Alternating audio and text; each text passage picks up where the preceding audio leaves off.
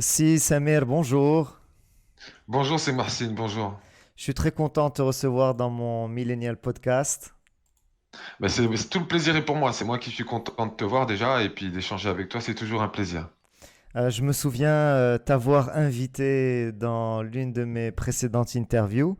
C'était même la première interview que j'avais jamais faite, que nous avions tournée à Casablanca. Et j'ai vérifié la date là avant de te rencontrer. C'était le 29 juin 2016.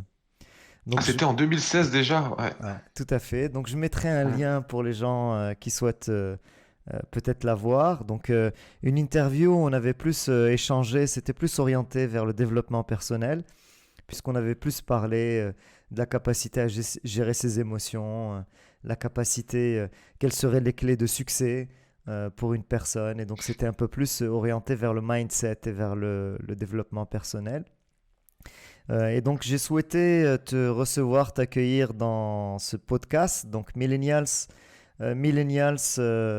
pour cette génération que nous vivons, cette génération Millennials, qui a ses spécificités, qui est marquée par l'apparition de hautes technologies, et aussi Millennials, puisque les Millennials sont les premières personnes qui sont digital native, ça veut dire ils ont ouvert les yeux sur Internet, ils ont ouvert les yeux sur les tablettes et les terminaux tactiles. Et en fait, je souhaitais te recevoir pour principalement parler des effets de la situation actuelle, donc les effets de cette période de Covid sur la formation, sachant que tu es un professionnel de la formation depuis 15 ans.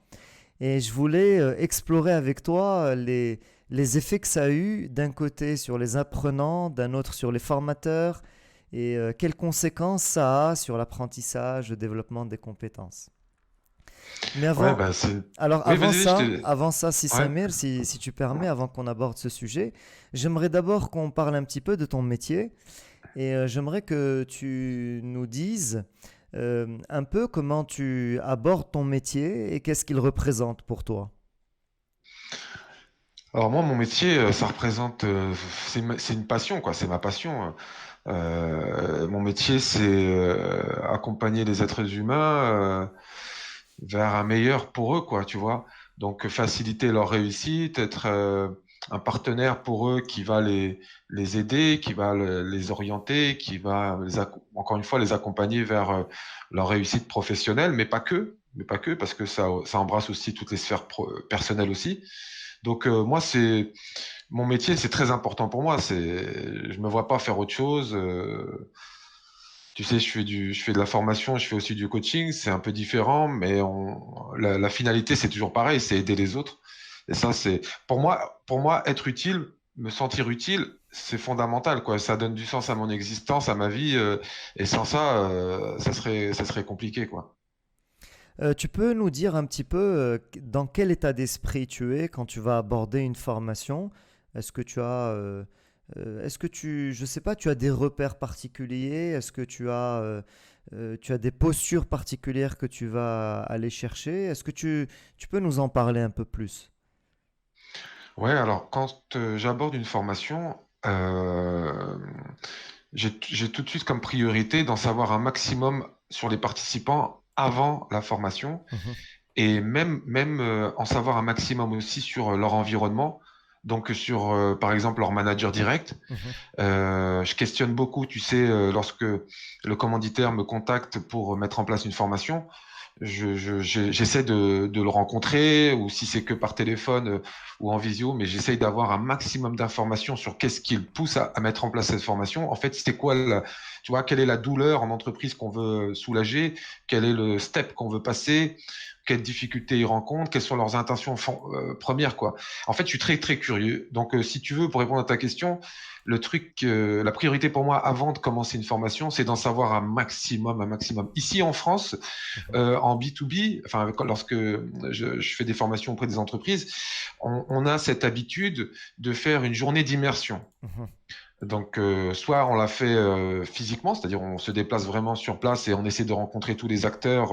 On commence par le commanditaire, sa direction, et ensuite on descend dans l'organigramme et on va jusqu'à rencontrer les prochains participants pour peut-être même parfois les observer en plein travail, tu vois, Mhm, et mhm, puis les interroger. Et ça nous permet déjà de les associer en amont à la formation. mhm, Au Maroc, c'est quelque chose qui se fait peu, l'immersion. Mais moi, c'est quelque chose auquel je crois totalement parce qu'au-delà de tout ce que tu peux récolter comme info, tu vois, Marcel, l'immersion, déjà, ça te permet de créer un premier contact, de créer déjà le premier rapport avec les participants avant même le début de la formation qui peut avoir lieu, tu vois, 15 jours, 3 semaines après, quoi. Alors, donc, ça, c'est déjà ma première priorité, c'est d'en savoir un maximum. Ensuite, pour répondre plus précisément à ta question, dès que tu parlais de repères, j'ai, si tu veux, deux repères fondamentaux mhm, qui sont le lancement de la formation. mhm. Alors là, je te parle de l'animation, hein, je te parle pas de la préparation où Oui, je vais oui. préparer le scénario pédagogique, etc. Tu Mais parles du j'aimerais moment quand en même, salle, là. ouais, ouais, en salle, Mm, mais j'aimerais quand même te parler du moment avant parce que le mhm, moment avant, en fait, ce qui se passe, c'est que tu prépares ton scénario pédagogique et en fait, pour préparer un scénario pédagogique efficace, tu es obligé de faire le film dans ta tête. C'est-à-dire que tu es obligé de dérouler la formation dans ta tête jusqu'à imaginer les séquences, imaginer les participants, les interactions, ce qui va se passer. Et c'est ça qui va te permettre de te dire, tiens, cette séquence, non, elle est trop courte, ou elle va être trop, ou il faudra qu'elle soit plus longue, ou tiens, ce support pédagogique ne sera pas adapté parce qu'il va y avoir des complications. En fait, tu es obligé de vivre la formation dans la tête avant même de rentrer dans la salle et de commencer. Et puis après, quand tu rentres dans la salle et que tu commences, j'ai deux moments clés. Le premier moment clé qui est fondamental, c'est le lancement de séance où tu sais, tu as finalement ce moment où chacun se présente notamment, mais tu as aussi ce moment où tu dois présenter les objectifs de la formation, contextualiser pourquoi cette formation, à quoi elle va vous servir, etc. Mais c'est un moment super important mm. parce que c'est là où tu vas créer, et surtout si tu n'as pas fait d'immersion avant, c'est là où tu vas créer cette première relation avec les participants. Et cette relation-là avec les participants, elle est même plus importante que les contenus que tu vas aborder. Mm, Il y a beaucoup de formateurs, je sais parce que j'anime aussi des formations de formateurs, mhm, et moi-même, quand j'étais en formation de formateur, moi-même, autour de moi, il y avait des stagiaires qui avaient cette difficulté-là. Il y a mhm, beaucoup de formateurs qui s'agrippent au contenu. mhm. Pour eux, le plus important, c'est le contenu, et les participants vont devoir l'absorber d'une manière ou d'une autre, tu sais, un peu comme à l'école. Et donc, on passe à côté de plein de choses. Le plus important pour moi, c'est cette relation. Il faut une relation de confiance. Il faut que le formateur aille chercher les gens là où ils sont. Et si tu fais pas ça, tu ne pourras pas les emmener d'un point A à un point B, hein, les monter en compétences. Il faut dans un premier temps que tu ailles les chercher là où ils sont, et peu importe où ils sont. C'est-à-dire qu'il faut vraiment que tu t'intéresses à eux, qu'ils aient l'opportunité vraiment de s'exprimer, que tu les comprennes vraiment individuellement. Et si tu en as 12 dans la salle, on parlera après du distanciel et des différences avec le distanciel. Mhm.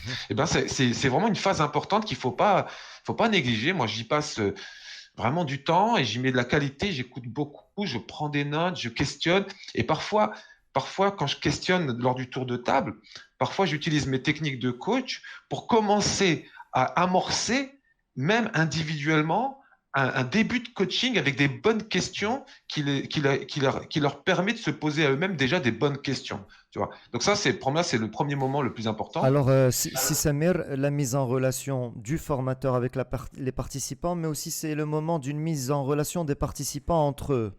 Entre eux. Mm, Oui, bien vu, mm, exactement, mm, évidemment. Et puis c'est là où tu vas avoir, tu fais bien de le dire, c'est là où tu vas avoir, tu sais, la base de la création du groupe. mm. C'est très important qu'il commence à créer un groupe, une équipe, hein, parce que derrière, en plus, dans les modalités pédagogiques, tu sais, moi, je travaille beaucoup avec des travaux en sous-groupe, des travaux en équipe, voilà, des méthodes très actives où c'est eux qui vont commencer à co-construire ensemble. Donc, il faut absolument qu'il y ait un groupe qui se crée et l'un des facteurs essentiels de la création d'un groupe, au-delà d'avoir un objectif commun, c'est aussi notamment l'ambiance, tu vois, l'ambiance. Il faut qu'ils prennent du plaisir à être ensemble, il faut que ça rigole, il faut que ça plaisante, c'est essentiel. Et tout ça, encore une fois, après, moi, mon école de pensée, quoi. Pour moi, c'est même plus important que les contenus eux-mêmes. Je suis prêt à laisser attendre les contenus, je suis prêt même à sacrifier certains contenus pour préserver ça, parce que ça, c'est la garantie pour pouvoir aller même plus loin, quoi. Et c'est grâce à ça, finalement, qu'on, moi, je dis souvent, il faut qu'ils vivent une expérience. Quand tu vas voir un film, tu vis une expérience, tu as des émotions, ça te marque. Et ben c'est pareil. En formation, il faut vivre des expériences, il faut des émotions. Parfois, on rit, parfois, on pleure aussi. Et c'est bon aussi de pleurer. Vous avez des gens qui ont besoin d'évacuer. Et lorsque c'est fait dans un environnement, tu sais, bienveillant, où chacun est bienveillant, et ben ça touche tout le monde et ça alimente tout le monde. Et le groupe aide, s'entraide. C'est fondamental pour, donc, tu vois, d'ailleurs, mes expériences en managériales Mhm. m'aident aussi beaucoup pour gérer cette dynamique de groupe. Oui. Et puis après, il y a le deuxième dernier moment, Mhm. c'est la clôture de la formation. Mhm. Et je dis souvent, c'est un peu comme un avion. Tu sais, un avion, il y a le décollage et l'atterrissage, et ce sont deux phases très importantes. Ensuite, hein, après, tu voles, quoi. Tu es en vitesse de croisière, mais le décollage et l'atterrissage. Et donc, la clôture de séance, celle-là aussi, c'est très important. Les participants vont se dire au revoir. Il faut que les participants témoignent à chaud des apports de la formation, qui puissent s'exprimer, qui puissent aussi exprimer ce qui a manqué pendant la formation pour que, tu vois, moi-même, je puisse derrière améliorer pour le groupe suivant, pour la formation. Et finalement, tu apprends aussi en continu sur ta propre pratique. Donc voilà, pour répondre à ta question, j'étais un peu long, mais en amont, une immersion maximum possible pour en apprendre un maximum sur les gens et commencer à créer un rapport et les associer à la formation. Ensuite, le lancement de séance qui est fondamental pour créer le groupe, pour commencer à les coacher sans les coacher et puis créer cette relation. Et puis le dernier moment fondamental aussi qui est l'atterrissage et pour qu'ils sortent de ce moment-là heureux, avec le sentiment d'avoir grandi, d'avoir évolué, d'avoir appris et d'avoir passé un bon moment, quoi. Il y a une chose que tu as dite tout à l'heure qui a particulièrement attiré mon attention, c'est quand tu as parlé de une sorte de scénario.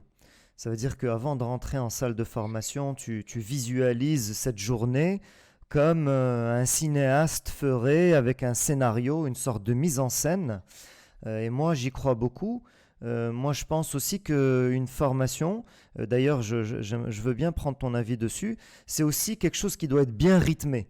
Ça veut dire qu'il doit y avoir une bonne dynamique, un bon rythme. Et c'est comme dans, tu sais, les bons films d'action, les bons films, c'est à travers un bon scénar. Si t'as pas le bon scénar, ben, à un moment donné, tu t'ennuies en fait. Tu lâches l'affaire et tu t'ennuies. Exactement. Alors, tu as absolument raison, et on pourrait pousser le parallèle entre le cinéma et le scénario pédagogique jusqu'au bout, même, tu vois, parce qu'il y a même il y a même des méthodes au cinéma pour construire, fabriquer des scénarios captivants, tu vois, comme tu dis.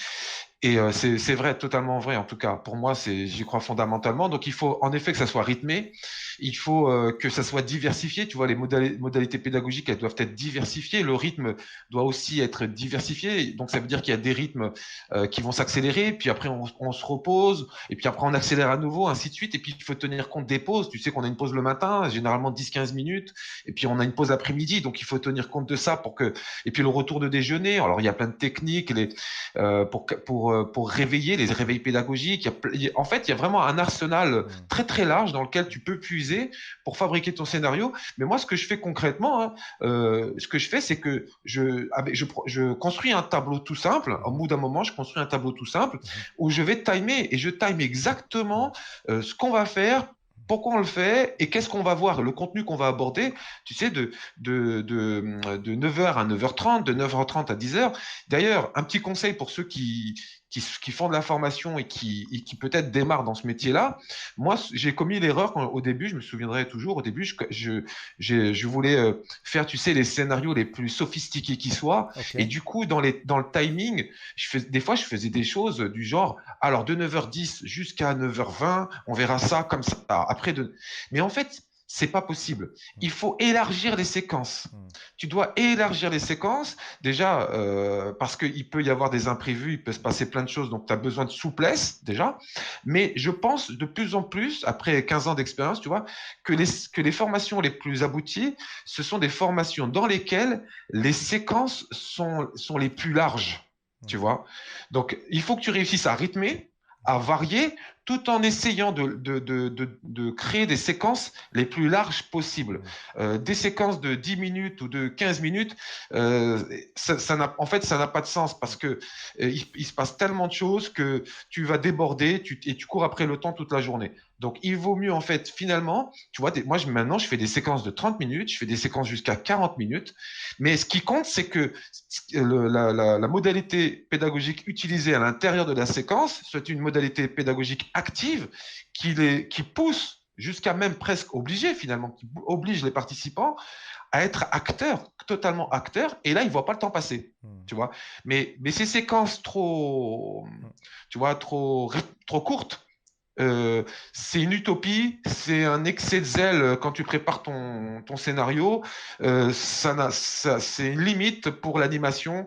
Donc, s'il y en a qui regardent ce podcast, moi, je leur conseille vraiment des séquences plus larges, les plus larges possibles, hein. Et Alors, pas de ça, séquence d'1 heure non plus, mais tu vois, les plus larges possibles. et ça peut aussi éventuellement augmenter le stress du formateur qui aura l'impression d'être en retard et qui va se sentir contraint de devoir rattraper le temps, etc. Et donc c'est un cercle vicieux. Je vois très bien ce que tu décris. Et j'en profite, excuse-moi, je te coupe, j'en Vas-y, profite vas-y, je t'en pour prie. parler de ça aussi, c'est important. L'usage du support, tu sais, on utilise souvent un support vidéo projeté. Mhm. Les slides, hein? Voilà, Mhm. sur un PowerPoint, par exemple. Et alors, il y a beaucoup de formateurs, je le sais, encore une fois, ce que je fais, j'anime des formations de formateurs, si tu veux, qui s'appuient jusqu'à même se cacher derrière leur support vidéo projeté, tu vois. Et moi, ce que je crois, c'est ma perception à moi, moi, elle m'aide beaucoup. Ce que je crois, c'est que le support, on peut en avoir un.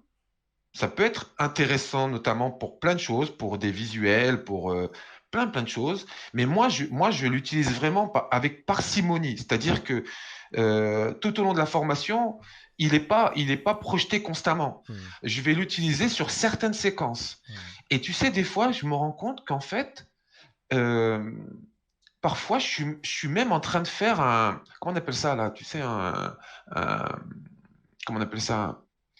Parfois, sur des séquences, je suis même en train de faire des one-man shows, en fait. Ouais, Et ouais. je me retrouve en Mhm. salle Mhm. et, et sur 15-20 minutes, tu vois, eh ben, c'est des one-man shows. Et ça là, c'est 1000 fois plus impactant. Tu vois ce que je veux dire? C'est tu te mets toi en scène, tu te Mhm. mets toi en danger en tant qu'animateur. Mhm. Et ça, c'est 1000 fois plus impactant avec des storytelling, avec des imitations, avec des démonstrations, avec, tu sais, vraiment. Et là, le théâtre, moi, ça a commencé à m'ouvrir sur le théâtre. Mhm. Moi, je ne m'intéressais pas du tout.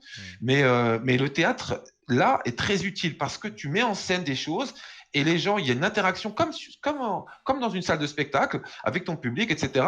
Et tu peux même, après, les amener eux-mêmes aussi à jouer un rôle, à participer aussi dans la mise en scène. Et là, c'est génial. Là, il se passe beaucoup de choses et tu vois, c'est pas le même effet qu'un slide. Mhm. Donc, par rapport au support, moi, il y a même des formations, je t'avoue, il y a même des formations parfois où je n'utilise pas du tout de support. Mhm. Parfois, le seul outil que j'utilise, c'est le paperboard. Mhm. Lorsqu'il s'agit, tu vois, de mettre en commun des choses ou de faire des visuels, par exemple. Et puis, je vais utiliser le vidéoprojecteur pour partager des vidéos. Lorsqu'on a fait des simulations filmées, eh ben, on revisionne grâce au vidéoprojecteur, etc. Mais considérer que la formation comment dire, est plaquée sur un support et qu'elle est limitée au support, à mon avis, c'est une erreur. Mhm. Tu dois être acteur, tu dois être vecteur de l'apprentissage aussi, ils doivent l'être aussi, et donc moi, j'y crois beaucoup, tu vois. Mhm.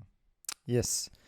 Je suis parfaitement d'accord avec toi et c'est vrai, le slide parfois est utilisé avec abus et je pense comme toi, il peut être utile peut-être à des moments où on va faire une synthèse, peut-être un récap ou peut-être pour pouvoir bien expliquer un atelier, on peut avoir des consignes écrites sur un slide.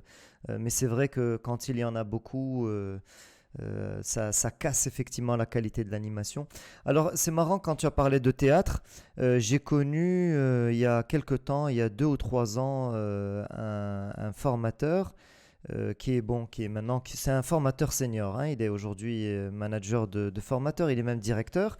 Et il avait ce côté théâtral. Et c'était formidable parce que pour des formations en management, quand c'est des histoires d'hommes, eh bien forcément, quand on va faire allusion à certaines expériences ou certaines relations humaines ou certains moments d'équipe, eh bien quand on y met les tripes, quand on y met le cœur, quand c'est théâtralisé, ça a beaucoup plus d'impact et c'était chouette de le voir. Ok, Sans le nommer, est-ce qu'on pense au même? je sais pas. Ah, tu l'as connu, c'est Laurent. Ah oui, Ah Laurent. ouais, ouais. Mais Ah, tu l'as Laurent, connu. Ah, mais bien sûr. Oh, oui, c'est le même, ouais, tout à fait, oui. Mais oui, Ah, Laurent, j'ai eu la chance de l'avoir comme client en fait, ouais, c'est et ça. du coup, on avait mis en place tu sais, un train de trainer, c'est-à-dire que Yes. Mm. voilà, avant, il nous avait nous-mêmes formateurs, nous-mêmes formés aux formations qu'on allait devoir déployer derrière, et du coup, c'est lui qui a animé. Mais moi, j'ai passé des moments mais exceptionnels. Et d'ailleurs, il m'a convaincu dans cette idée encore que dans l'animation, le théâtre, c'est un atout, quoi. Mm. Et il m'a permis de m'ouvrir encore plus, quoi, de me lâcher encore plus en salle lors de mes animations.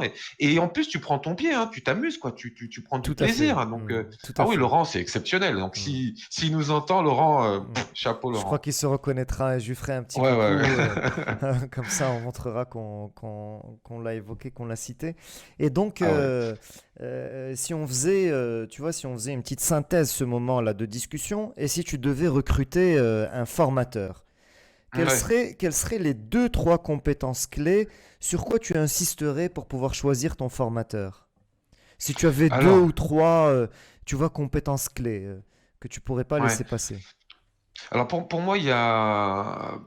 Bon, on va dire que pour moi, je perçois trois domaines de compétences. Trois domaines de compétences.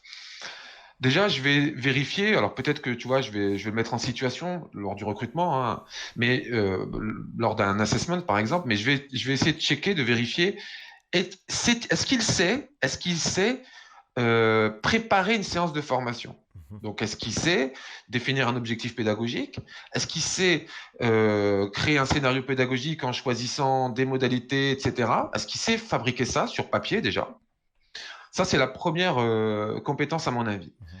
Deuxième compétence, ça va être l'animation de ce scénario. Donc, comment il va animer cette formation, comment il va occuper l'espace, comment il va interagir avec chacun des participants. Est-ce qu'il va être centré sur lui? Est-ce qu'il va être centré sur le contenu? Est-ce qu'il va être centré sur les participants? Ou est-ce qu'il saura moduler selon les séquences, tu vois, et, euh, et passer de l'un à l'autre, etc., voire parfois être au milieu entre les trois. Tu vois, on parle du triangle du formateur, Ok. où on aurait dans chaque angle, on a le contenu, on a le formateur, on a les participants. Et en fait, est-ce qu'il va savoir voyager à l'intérieur de ce triangle, se rapprocher parfois des participants, parfois être dans le storytelling, c'est important pour donner des exemples vécus, etc. Ou parfois être à fond dans le contenu pour décortiquer le contenu et prouver l'efficacité du contenu, par exemple, si on parle d'une méthode ou d'une technique, tu vois. Et puis parfois, est-ce qu'il saura être dans la relation? Bon. Et puis après, je vois la troisième zone de compétences, le troisième domaine de compétences, je pense que ça va être l'accompagnement individuel. Donc, sans même parler de coaching, est-il capable vraiment d'écouter quelqu'un? Donc, quand je dis écouter quelqu'un, c'est-à-dire écouter quelqu'un sans jamais se référer à sa propre perception à soi. C'est-à-dire écouter quelqu'un pour vraiment comprendre comment la personne en face perçoit le monde. Parce que quand tu es en animation et que tu en as, par exemple, 12 devant toi, et que chacun prend la parole à tour de rôle, ce que tu dois faire, toi, à ce moment-là, c'est que quand il y en a un qui prend la parole à un moment donné, il va falloir que tu saches l'écouter, voire le questionner pour comprendre comment cette personne-là perçoit le monde. Et l'autre va aussi prendre la parole, donc tu vas devoir passer à l'autre personne, tu vois, switcher, et commencer à comprendre comment l'autre aussi comprend le monde, ainsi de suite, et comprendre comment chacun perçoit le monde va pouvoir t'aider dans l'orientation que tu vas donner justement. D'ailleurs, on n'en a pas parlé. Mais c'est important d'être capable à tout moment et de façon presque continue de t'adapter et de modifier le scénario. Parce Ouais. que le scénario, c'est une première base de travail, c'est une route. Après, tu es sur la route. Mais quand tu es sur la route, il se passe plein de choses et tu dois être capable, et des fois pratiquement en continu, hein, de modifier, d'adapter, de changer ce que tu avais prévu sur ton scénario de façon invisible. Hein, les apprenants, ou parfois il faut même les avertir et leur expliquer, ils comprennent tout à fait. Mais, et ça, c'est en fonction de ce qui vient.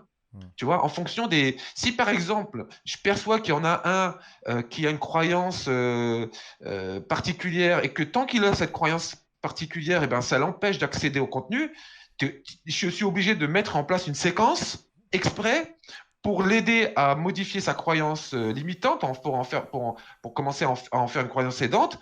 Parce que sans ça, le contenu, il sert à rien. Tu vois. Et donc, voilà les 3 domaines, je pense. Être capable de préparer une formation sur le papier, Donc être ça, capable de ça, l'animer. ça c'est le métier, c'est la méthode. Donc Oui. le numéro un, c'est le métier, hein, c'est savoir concevoir une formation, donc avoir la méthode et connaître le métier. OK? Alors, parce que quand tu dis métier, en fait, il faut comprendre que le métier, c'est vraiment l'ensemble. Hein. Ouais, c'est Il vrai, faut être c'est capable. vrai. Voilà. Mais En fait, sur la partie conception à proprement parler, sur la partie contenu. c'est ça. Hmm. Donc, tu as cette première partie voilà, où tu dois concevoir ton scénario, concevoir ce qui est prévu, etc. Et puis, tu as la deuxième partie qui est l'animation, cette animation de groupe, en salle, etc. Donc là, il y a plein de choses. Hein. Comment tu occupes l'espace, la voix, comment tu distribues la parole, comment tu gères les débats, comment tu régules le groupe. Il y a beaucoup de choses dans l'animation. La posture, le non-verbal, il y a vraiment, c'est très large. Et puis après, il y a ce troisième domaine, je pense, qui est important aussi, c'est cette capacité à être en one-to-one, de comprendre un individu, de comprendre une personne, se détacher de sa propre perception à soi et comprendre la perception de l'autre, parce que quand tu es dans la salle, tu vas avoir à faire ce job et en plus, tu vas devoir switcher entre plusieurs personnes. Et c'est très important parce que chaque personne doit avoir le sentiment que pendant la formation, il doit avoir le sentiment d'avoir de la valeur. Il doit avoir le sentiment de compter, d'exister, et que sa manière de penser compte aussi, autant que celle des autres et autant que celle du formateur. Il y a trop de formateurs qui considèrent que eux ils savent, que les participants donc du coup ignorent, et donc ils se sentent supérieurs. Et donc leur façon de voir le monde, pour eux, hein, vraiment dans leur esprit, est supérieure à celle des participants. Prends le dessus. Voilà. Alors qu'en fait, tu sais, moi, ça fait 15 ans, par exemple, je fais des formations en management ou des formations en relations clients, des choses comme ça. Mais en fait, ce qui se passe, c'est que les formations que je donne aujourd'hui, je te parle des contenus. Les contenus que j'aborde aujourd'hui, c'est le fruit. C'est le fruit de toutes ces 15 années de formation. Ça veut dire que chaque personne, chaque groupe, finalement, a réussi à alimenter, voire ajuster, modifier les contenus que je partageais début 2005, tu vois. Et si tu crois que non, il n'y a que toi qui sais, c'est toi le sachant, et les autres, c'est des ignorants, tu vas pas pouvoir faire ça et tu vas être figé dans des contenus qui finalement sont. En plus, alors là, je dépasse ta question, mais je crois que pour faire ce métier, et là, je le comprends de plus en plus, faut vraiment être très, très humble, très humble. Ce que je veux dire par là, c'est que, tu vois, le contenu, je le connais, je l'ai moi-même pratiqué avant de devenir formateur, etc., tout ce que tu veux, mais en fait, le contenu, c'est pas la vérité. Et ce que disent les participants, c'est pas non plus la vérité. En fait, la vérité de la vérité, elle est finalement inaccessible. Et quand tu es formateur, après c'est mon avis à moi, tu fais que avancer vers la vérité, à chercher cette vérité, à essayer de te rapprocher. Mais il faut toujours garder en tête que, tu vois, peut-être que finalement, moi, tout comme eux, eh ben, on est tous à des années-lumière de la vérité. Et donc, il faut faire preuve d'humilité. Et quand tu as cette humilité, bah, tu vois, tu es plus rattaché au contenu, tu es ouvert toi aussi au même titre que les autres, et c'est comme si toi-même, en tant que formateur, quelque part, tu es open hein, à apprendre, tu es open à remettre en question les choses, etc. Et là, c'est fantastique. Là, c'est fantastique parce que chacun sent qu'il a la possibilité finalement de donner quelque chose, de donner du contenu. Et donc là, bon, voilà, les formations prennent une tournure, tu vois, moi, ce que je trouve génial, à chaque fois génial, tu vois pas le temps passer, tu Mm. t'apprends, et au fur et à mesure, tu modifies, tu ajustes et tu modifies tes contenus. Mm. D'ailleurs, c'est pour ça qu'aussi, tu vois, les supports, les slides, j'évite au maximum de les donner avant et Ouais, j'essaie de ouais, bien les sûr, donner que après, bien tu sûr, vois. Mm. Mm. Bien sûr. Ok. Alors, c'est bien qu'on ait mis en contexte cette conversation pour aussi partager cette passion qu'on a pour la formation, pour le développement, pour l'apprentissage. Maintenant, ça nous amène à la discussion de cet apprentissage, ce développement et la formation de façon un peu plus spécifique. Qu'est-ce qu'elle devient en ces temps, après le passage du Covid, après l'obligation de tenir une distanciation sociale, avec des passages par le confinement, etc. Je ne vais pas refaire l'histoire, mais j'ai envie de capter ton regard, j'ai envie de capter ton retour sur expérience. Et aussi, ce qui est sympa, c'est que tu formes en France, tu formes au Maroc, donc tu as un peu un regard croisé sur les deux rives. Est-ce que tu peux nous dire quels ont été les effets de cette crise Covid sur les participants, sur l'apprentissage et aussi sur le formateur et sur les formateurs? Ouais, bah, écoute, je vais te raconter ce que j'ai vécu en fait finalement. Euh, Tu sais, il y a eu le confinement, je crois que c'était le 14 mars dernier, et la veille ou le jour même, je sais plus exactement, je suis sur le point d'animer une formation à Bengale, tu vois justement, et donc j'arrive en salle dès le début et à 9 heures, et là les participants commencent à, comment dire, à émettre des objections par rapport à la tenue de la formation, du fait justement des dangers liés au Covid, considérant que il n'y avait pas 1 mètre entre eux, considérant que la salle n'était pas assez grande. Du coup, bah, j'ai tout de suite essayé de trouver une autre salle, etc., plus grande, ainsi de suite. Et puis, rapidement, je me suis rendu compte qu'en fait, ils n'étaient pas dans les dispositions pour pouvoir suivre une journée de formation. Tu sais, voilà, trop préoccupés sur le risque qu'ils avaient d'attraper quelque chose. Du coup, on a dû annuler la formation. Et c'est la première fois de ma carrière où je suis en salle où tu sais, tu as tout ce qu'il faut, c'est-à-dire le formateur est là, les participants sont là, tout le monde est là, mais on annule quand même, quoi. Donc ça m'a marqué. Ensuite, ce qui s'est passé, c'est que le confinement a eu tout de suite comme conséquence, pour tous les formateurs hein, que je connais, c'était un coup d'arrêt. C'est-à-dire que tout ce qui était planifié, tout ce qui était programmé a été tout de suite annulé. Donc pendant un mois et demi, 2 mois, voire 2 mois, plus rien. Ensuite, certaines entreprises ont commencé. Alors, tu as eu, souviens-toi, la mode aussi du webinaire, où il y avait plein de webinaires, des webinaires gratuits pour la Ouais. plupart, mais aussi Mhm. des webinaires payants. Mhm. Donc là, c'est encore autre chose, le webinaire, parce que le webinaire, c'est un peu comme c'est une conférence. Hein, Ouais. donc, t'imagines, on est dans une salle finalement, puis il y a un conférencier qui parle, puis peut-être qu'à la fin, tu pourras poser des questions et tu auras des réponses. Donc, c'est plutôt de l'information, pourquoi pas. Mais après, les entreprises ont commencé. D'ailleurs, j'ai un client qui a, en France qui m'a appelé et qui m'a dit voilà, on souhaite faire une formation, on aimerait que tu l'animes, et puis, mais on se pose la question est-ce que tu peux l'animer en présentiel, mais il y aura le port du masque obligatoire, ou est-ce que tu préfères, dans ces conditions, est-ce que tu préfères l'animer à distance?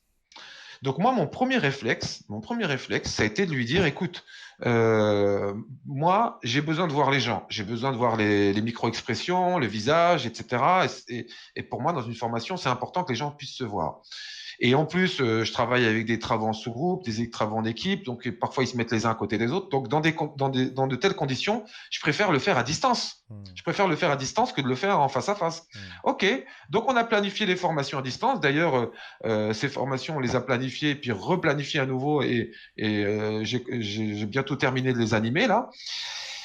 Et après, j'ai un client marocain je pense qu'on peut le dire, il y a pas de. C'est la Mamounia à Marrakech qui m'a appelé pour animer une formation auprès de ses managers, tu sais, briefing, débriefing, comment briefer, comment faire des débriefings. Et là, c'était tout de suite, elle m'a dit non, non, non, moi, nous, on veut que ça soit en présentiel. Donc évidemment, règles de distanciation, port du masque, etc. Mais l'avantage à la Mamounia, c'est que tu as des très grandes salles. Mhm. Donc très, très grandes salles et chacun était. Et donc j'ai joué le jeu. Et c'est la première fois donc, que j'ai animé avec le masque. Et c'est la première fois que je faisais ça. Et finalement, j'étais plutôt surpris, agréablement surpris, parce que malgré qu'on se voit pas, enfin qu'on voit que les yeux, et ben malgré ça, on a pu vivre une séance de formation, on a pu apprendre, on a pu rire, plaisanter. Même lorsqu'on voyait pas les rires, on les devinait, on les entendait. Donc finalement, on a pu le faire. Et derrière, en France, j'ai dû revenir sur la France pour faire des animations aussi et beaucoup de distanciel. Donc là, aujourd'hui, si tu veux, j'ai un background qui me permet de voir voilà, de distinguer dans De les deux comparer cas. les deux. Mhm. Voilà, de Ok. comparer les deux, Mhm. les deux. Alors, en fait, je pense que si tu es en présentiel, tu as des avantages et tu as des inconvénients. Mhm. Si tu es en distanciel, tu as des avantages et des inconvénients. Mhm. Mais je peux pas à ce jour te dire, ouais, le mieux, c'est le distanciel ou le mieux, c'est le présentiel. Parce qu'il y a des choses que tu peux faire en présentiel que tu ne pourras pas faire en distanciel, Mhm. mais vice-versa. Mais vice-versa, il y a des choses en distanciel que tu peux faire et que tu peux pas faire en présentiel. Par contre, je pense qu'il faut faire attention, il faut ajuster les modalités. C'est-à-dire que, par exemple, en présentiel, on peut aller maximum jusqu'à 12 personnes dans une salle. Mhm. Tu vois, 12 personnes, pour moi, c'est le grand maximum. Et encore, le chiffre idéal, selon moi, pour une formation, c'est 9 personnes. 9 Mhm. personnes, c'est génial. Tu fais des groupes de 3, voilà, c'est super. 12, ça commence à. Mais en distanciel, si tu veux vraiment que chacun puisse se sentir, comment dire, Embarqué. comment dire, embarqué, exister et qui puisse intervenir, etc., etc. Je pense qu'un groupe de 6 c'est le chiffre maximum. Ok. Et tu peux descendre. Mhm. Mhm. Et tu peux descendre. En Mhm. distanciel, tu peux faire de vraies formations à 2, à 3. Tu vois. En présentiel aussi, tu peux 2 et 3, mais c'est un peu bizarre, quoi. C'est un peu bizarre, tu vois, 2 et 3. Après, en distanciel, à mon avis, il faut réduire les durées. Il faut réduire les durées. C'est-à-dire qu'on peut passer toute une journée, je veux dire par là, 8 heures au Maroc ou 7 heures en France, dans une salle de formation, Mhm. jusqu'à même 2 fois 7 heures, 14 heures de jour dans une salle de formation. En distanciel, c'est possible aussi, mais c'est pas l'idéal. L'idéal en distanciel, c'est de raccourcir. Tu fais des séances de 3 heures, des séances de 4 heures, ou des séances de 2 fois 2 heures, par exemple, ou 3 fois 2 heures. C'est plus efficace. Parce que en distanciel, il faut bien comprendre que les gens, ils sont assis devant leur écran. Ouais. Tu vois.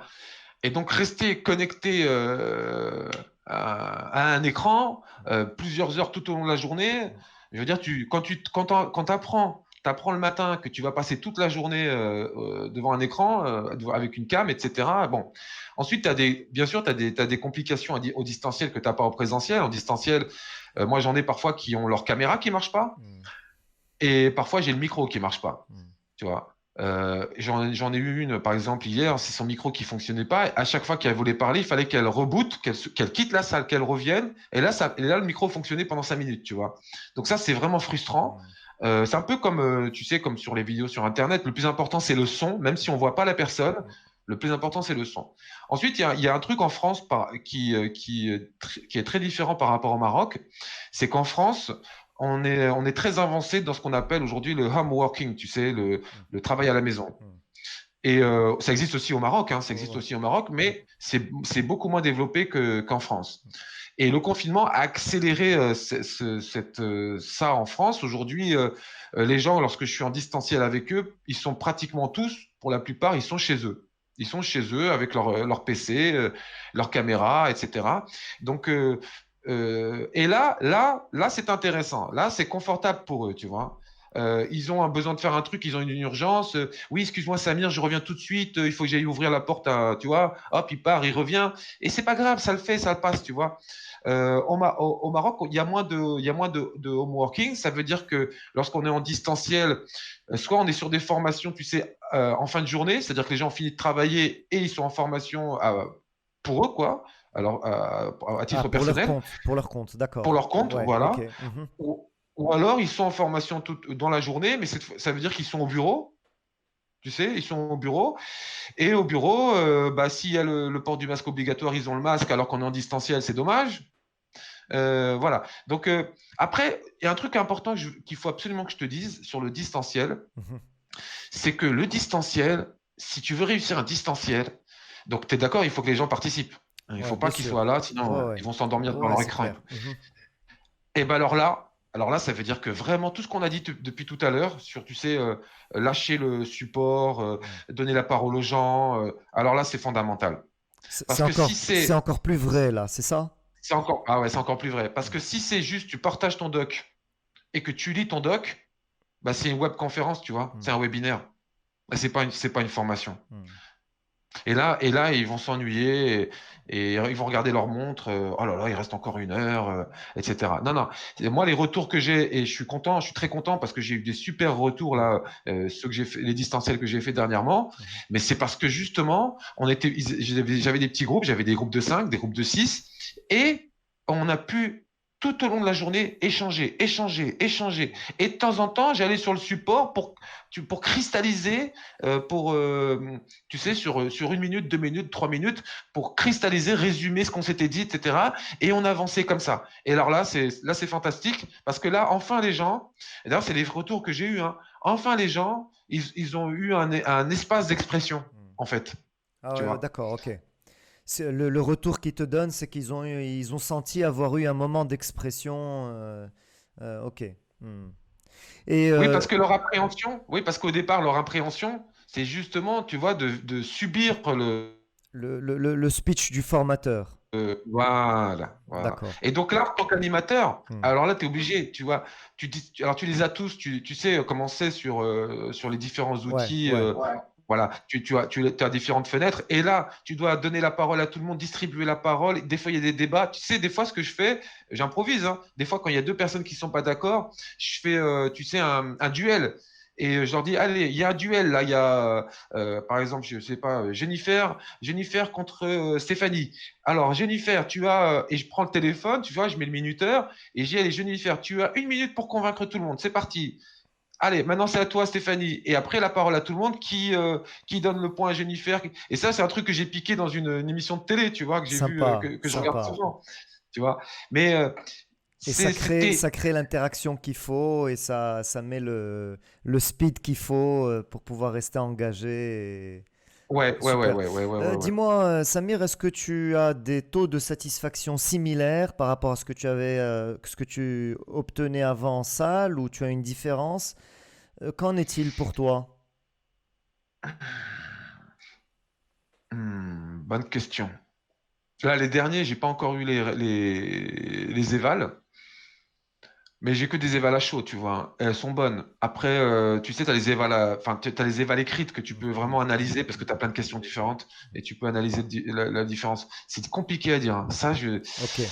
mais Alors, je pense qu'en présentiel, c'est mieux parce que tu sais, en présentiel, il y a aussi il- plus de convivialité, il y a le contact oui, et puis, humain, oui, oui, c'est aussi un dépaysement, surtout quand ça se fait en dehors des locaux de l'entreprise, quand on va prendre l'air, etc. C'est vraiment un moment hors du temps et de l'espace, un moment de oui, et puis prise comme de je te disais tout à recul. l'heure, c'est ça. Et comme je te disais tout à l'heure, en plus en présentiel, je te dis parfois t'es un showman, quoi. Parfois et t'es debout et ça m'arrive, tu sais, ça m'arrive de danser en salle, de Mm, danser.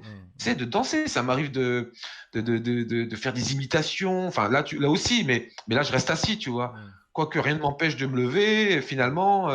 mm. Et d'ailleurs, ça a commencé à me donner des idées pour le distanciel. Je ne sais pas si je vais aller jusqu'au bout de mes idées, mais des fois, je me dis, tu sais, quand tu les reprends, c'est-à-dire que tu les envoies en pause, 15 minutes, Donc tout le monde se déconnecte ou enlève la caméra et après tu les retrouves, tu vois. Mm. Et des fois, je me dis, mais je vais les surprendre. Je vais m'acheter, tu sais, des masques, des déguisements, des choses comme Mm. ça. Mm. Et Mm. puis quand ils vont revenir, je vais mettre ils vont me voir avec le déguisement. Et puis je vais me faire passer pour quelqu'un d'autre, pour quelqu'un qui s'est trompé de salle, tu vois.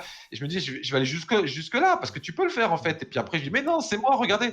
Et en fait, tu vois, toutes ces petites choses, moi, je crois fondamentalement à toutes ces petites choses. Il faut surprendre les gens, il faut que les gens s'amusent, il faut ils vivent des émotions, il faut que ça rigole, c'est fondamental parce que sinon, la porte, tu sais, ils n'ouvriront pas la porte Mm. ici Mm.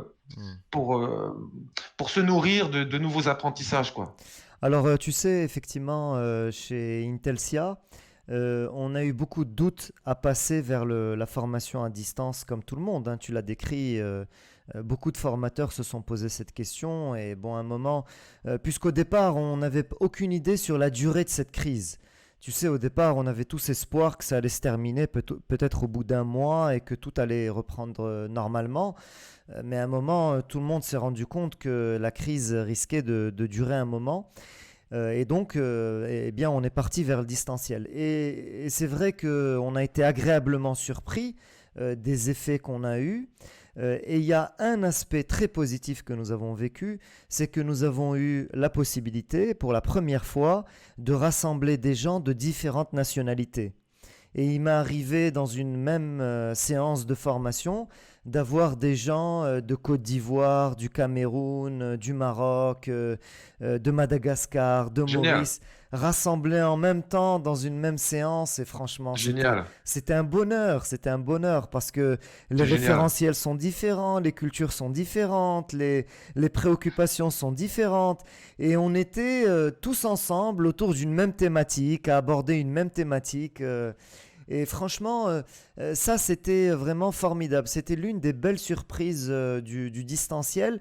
Tu vois, c'est cette capacité finalement et que tout formateur a de pouvoir proposer des formations à des gens de différentes nationalités et de pouvoir les rassembler autour d'une même thématique. Non, mais ça, c'est génial. C'est vrai que le distanciel, ça permet ça. Mm, Parce qu'en présentiel, c'est très compliqué. Tu vois, mm, tu vas avoir des frais de déplacement, etc. Voilà. Donc, mais en distanciel, ouais, ça devient possible. mm, Et d'ailleurs, pédagogiquement, imaginons, on est en formation management, par exemple, et mm, qu'on est en train de voir comment mener un entretien de remotivation, par exemple. mm, Eh ben, les, les, ils viennent tous de différents pays, donc ils ont tous des cultures différentes. mm, Donc, du coup, si je prends par exemple un participant marocain, mm, mm. eh bien, entendre les autres, ça va remettre en question la perception qu'il a, qui est une perception, tu sais, renfermée, auto-renfermée maroco-marocaine, Mm. et prendre conscience qu'en fait, le management est universel et que ça n'a rien à voir avec toutes ces différences. Mm. Et qu'il va se rendre compte que, non, en fait, les barrières qui se mettaient, lui-même, ce sont comment dire, des barrières qu'il peut surmonter parce que en fait ce n'est pas lié aux cultures, etc. Et oui, mais c'est génial quand tu fais ça. Moi, alors perso, je n'ai pas encore animé ce genre de choses, tu vois, mais mais je prendrais mon pied, je serais heureux d'avoir. Alors ouais, non, mais ça serait génial, ça serait génial. Si Samir, là, à la sortie de la crise, Inch'Allah, du Covid, est-ce que le distanciel, Inch'Allah. est-ce que le distanciel, c'est quelque chose que tu garderas ou pour toi, c'est juste une alternative là pour pouvoir gérer cette crise? Est-ce que tu penses que ça peut être une façon d'aider les gens à se développer, une façon Ah oui, de diffuser le savoir ou tu y crois pas trop? si si Tu préférerais revenir au présentiel? si si. En fait, bon déjà moi c'est pas moi qui choisis, c'est toujours mon client qui choisit. Ok. C'est mon client qui me dit, moi, je veux un distanciel, moi, je veux un présentiel, tu vois. Et maintenant, je pense que, en fait, on revient sur le mot qu'on employait tout à l'heure, tu vois, et surtout en matière de formation, parce qu'on parle du présentiel, du distanciel, mais en fait, il y a ce qu'on appelle le blending learning, tu sais, Hmm. où en fait, tu vas, comment dire, diversifier tes modalités pédagogiques de telle sorte à ce qu'il y ait à la fois parfois du présentiel, à la fois du distanciel, à la fois, tu vois, tu as aussi du e-learning, où là, l'apprenant, il est tout seul avec son module de formation, et voilà, tu as toutes ces différentes modalités. Et je pense que les entreprises vont de plus en plus, pour celles qui ont les moyens et qui peuvent, aller vers un mix, tu vois. Moi, je crois vraiment au parcours de formation sur la durée. Je crois moins au one shot, tu sais. Donc, je crois au parcours de formation dans la durée, où parfois, tu as même aussi, on incrémente des séances de coaching individuelles entre intersessions. Donc là, tu vois, tu peux mixer, tu peux tout mixer, c'est-à-dire que tu peux avoir une première journée en présentiel ou deux premières journées en présentiel suivies de séquences en petits groupes en distanciel, parfois avec l'animateur, parfois sans même l'animateur, en toute autonomie entre eux, tu vois. Après, tu peux avoir aussi un travail de formation à faire sur du e-learning où le participant il est tout seul. Donc, je pense que de toute manière, en fait, ça c'est une chose, mais je pense que de toute façon, au-delà de tout ça, avec le confinement, là, les entreprises, elles ont compris qu'elles pouvaient faire confiance à leurs collaborateurs. Ça veut dire quoi? Ça veut dire qu'elles pouvaient laisser leurs collaborateurs, notamment, travailler de chez eux, travailler seuls ou travailler à distance. Tu vois, donc ça, parce que moi, j'ai un bon client ici, je peux le nommer, c'est BNP Paribas, et il y a plus de 4 ans, un peu moins de 4 ans, il s'agissait pour eux, tu vois, de mettre en place dans différentes filières le flex office, le home office, toutes ces choses-là. Et donc pour le home office, donc travailler à la maison, beaucoup de collaborateurs et surtout les managers avaient des réticences à ça, tu vois, avaient des réticences. Et l'entreprise aussi, de son côté, pour certains des collaborateurs, avait des réticences aussi, parce que manque de confiance, etc. Tu vois. Mais là, le confinement, a obligé tout le monde à le faire. Pour pouvoir continuer l'activité, les dossiers sont là, les clients sont là, les demandes sont là, il faut continuer l'activité. Et donc là, on était obligé de le faire. Et donc en le faisant, ils se sont rendus compte qu'en fait, on peut le faire. On peut le faire parce qu'on a les moyens pour sécuriser le travail à distance. On a les moyens pour garantir aussi, tu sais, la confidentialité du collaborateur parce qu'il est chez lui. Et puis en plus, on peut faire confiance au collaborateur. Le collaborateur, il est même plus efficient quand il travaille à la maison, etc. Mais d'ailleurs, je crois savoir que en matière de call center, de centre de relation client à distance au Maroc, et je crois que c'est le cas d'Intelsia aussi, on a mis à distance des plateformes, etc., des collaborateurs, et les résultats sont fantastiques. C'est-à-dire que les gens sont autonomes, travaillent, sont même plus efficaces, plus efficients. C'est normal parce qu'ils sont moins pollués par les uns et les autres, etc. Et en plus, tu gagnes du temps, de l'énergie. Mais pourquoi je te parle de ça? C'est parce que je crois que finalement, la formation à distance, elle est liée finalement au home office. Elle est liée aussi à travailler à la maison, tu vois. Parce que s'ils sont tous au bureau, pour quelle raison faire du distanciel? Ils sont tous au bureau. Pour quelle raison faire du distanciel? Pardon. Oui, si, c'est ça. Pour quelle raison faire du distanciel? Ça n'a pas de sens. S'ils sont tous au bureau, le formateur, il vient et on va tous dans une salle et on fait en présentiel. Le distanciel, c'est justement parce qu'ils ne sont pas au bureau et que chacun est à la maison ou, comme tu disais tout à l'heure, dans des pays différents, etc. Donc, je pense que le confinement, il a commencé à changer la perception des deux côtés, c'est-à-dire la perception des entreprises et qui vont être plus à même de faire du distanciel et même la perception des collaborateurs.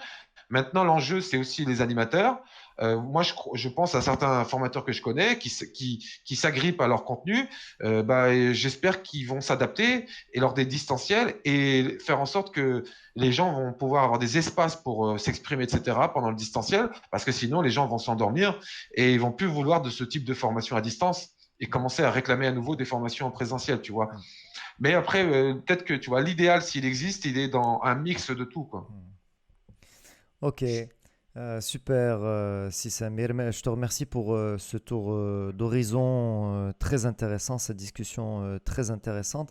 Est-ce que tu peux partager avec nous tes challenges actuels en tant que formateur?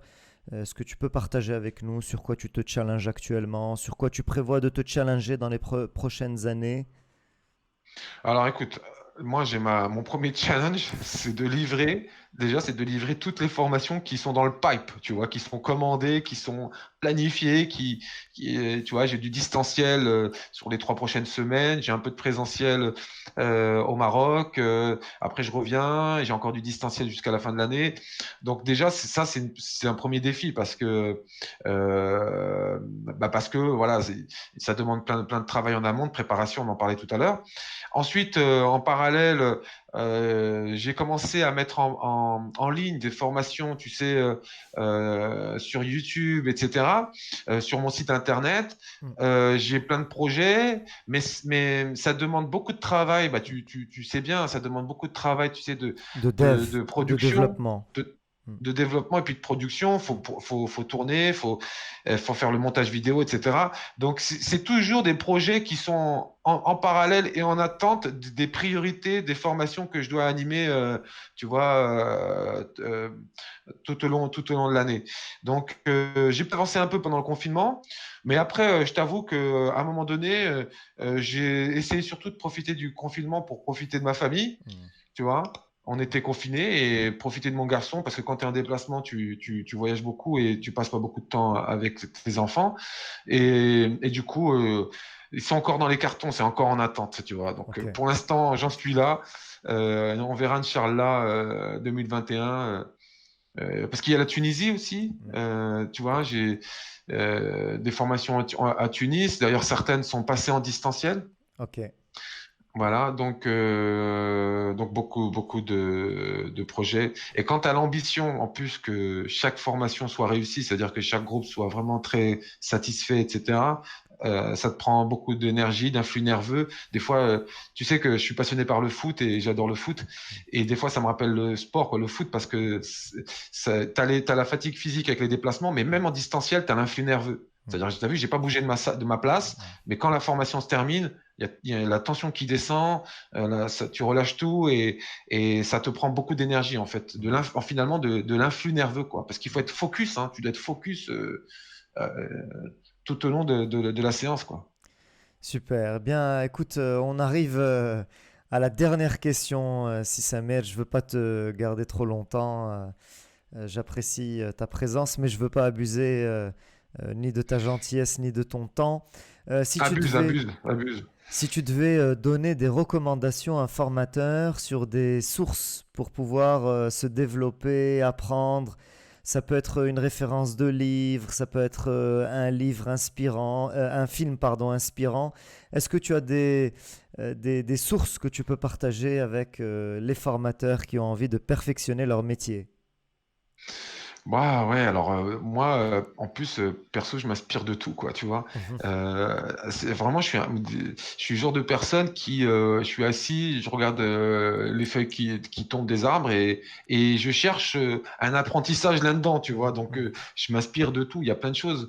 Euh, Moi, ma formation de formateur, je l'ai faite à l'AFPA. L'AFPA, c'est un organisme en France qui forme au métier. Voilà, l'AFPA a identifié des métiers en tension, ce qu'on appelle des métiers en tension, et forme les gens là-dessus, les adultes là-dessus. Et donc moi, je l'ai passé à l'AFPA, c'était en 2005, formation, ce qu'on appelle le FPA, formateur pour adultes, pardon, formateur pour adultes. Et après, euh, il y a une bibliographie, tu vois. Il existe des auteurs sur les méthodes actives, etc. Il y a plein de choses. Et aujourd'hui, tu as YouTube. Il y avait pas YouTube. Enfin, si, il y avait en 2005, mais c'était pas comme aujourd'hui, tu Ouais, vois. tout à fait, ouais. Ouais. Euh, si si si je devais, je lui dirais, je pense. Mais après, c'est parce que voilà, c'est moi. Je lui dirais, voilà, viens, je vais te former, moi. Je te jure, je lui dirais ça. Parce qu'il y a aussi. Ouais, non, mais tu sais pourquoi? C'est parce il y a tellement de choses. Et. Oh, c'est comme tu vois, c'est comme le management. Mm, Il y a tellement de choses. mm, Ou le coaching. mm, Il y a tellement de choses, il y a mm. tellement de choses différentes et tout que c'est compliqué de savoir, enfin de donner du crédit à telle ou telle source. Et je lui dirais, bah ouais, moi, voilà, je prévois des formations de formateurs. Voilà, moi, je vais te former à ma manière de voir les choses, à ma manière de préparer des séances, à ma manière de les animer. Et puis voilà, lire la lecture.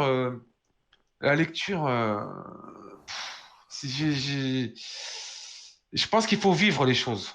Il faut les vivre. Alors Vivre.